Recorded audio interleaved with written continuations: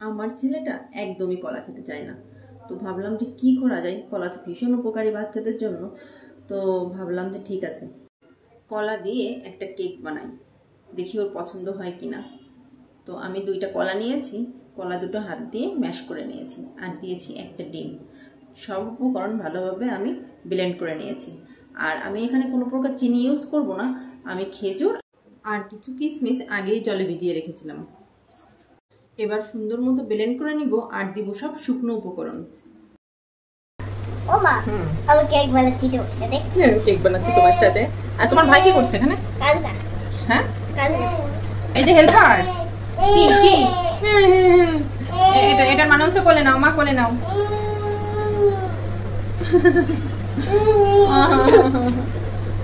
এই যে নেবো মা, এই যে হয়ে গেছে মা, এক্ষুনি নেবো, এক্ষুনি। হেল্প করছে, এই দেখো, আবার নাচও করছে, ওই দেখো।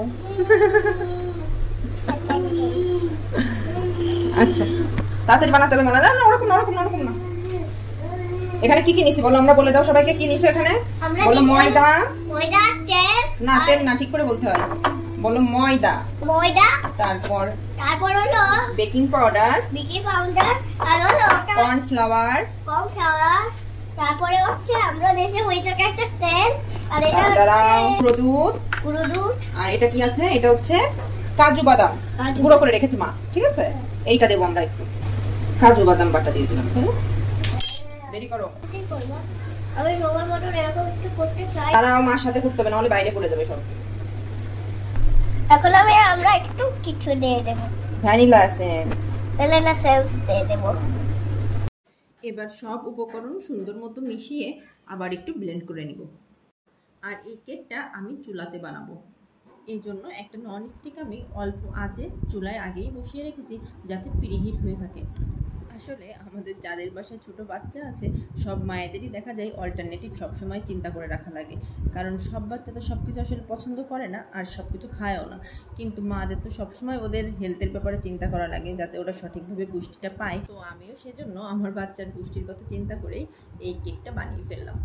আমি কিন্তু বানিয়েছি একদমই আমার নিজের আইডিয়া মতো।